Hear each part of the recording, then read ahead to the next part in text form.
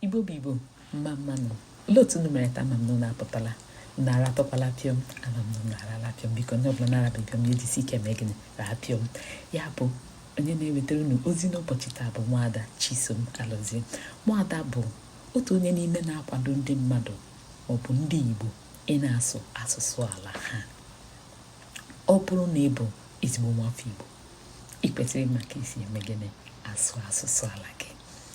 Ya bụ n'ụbọchị kedị taa ana m ewetara anyị isiokwu a na-akpọ gịnị, kedu aha ị na-aza n'Igbo, aha Igbo gị ma ihe ọ pụtara. Ụfọdụ ndị abịa sị m biko nwa abadala na-ekwutokwana ihe a na-ekwu na na-etiti ya nwantịntị oyibo ka ha nwee ike na-aghọta ihe m na-ekwu. Unu enyere onwe nsogbu, aga m eme ka unu si wee kwuo na-ekwutokwa m na-eti gịnị nwantịntị gịnị oyibo ka unu wee na-aghọta.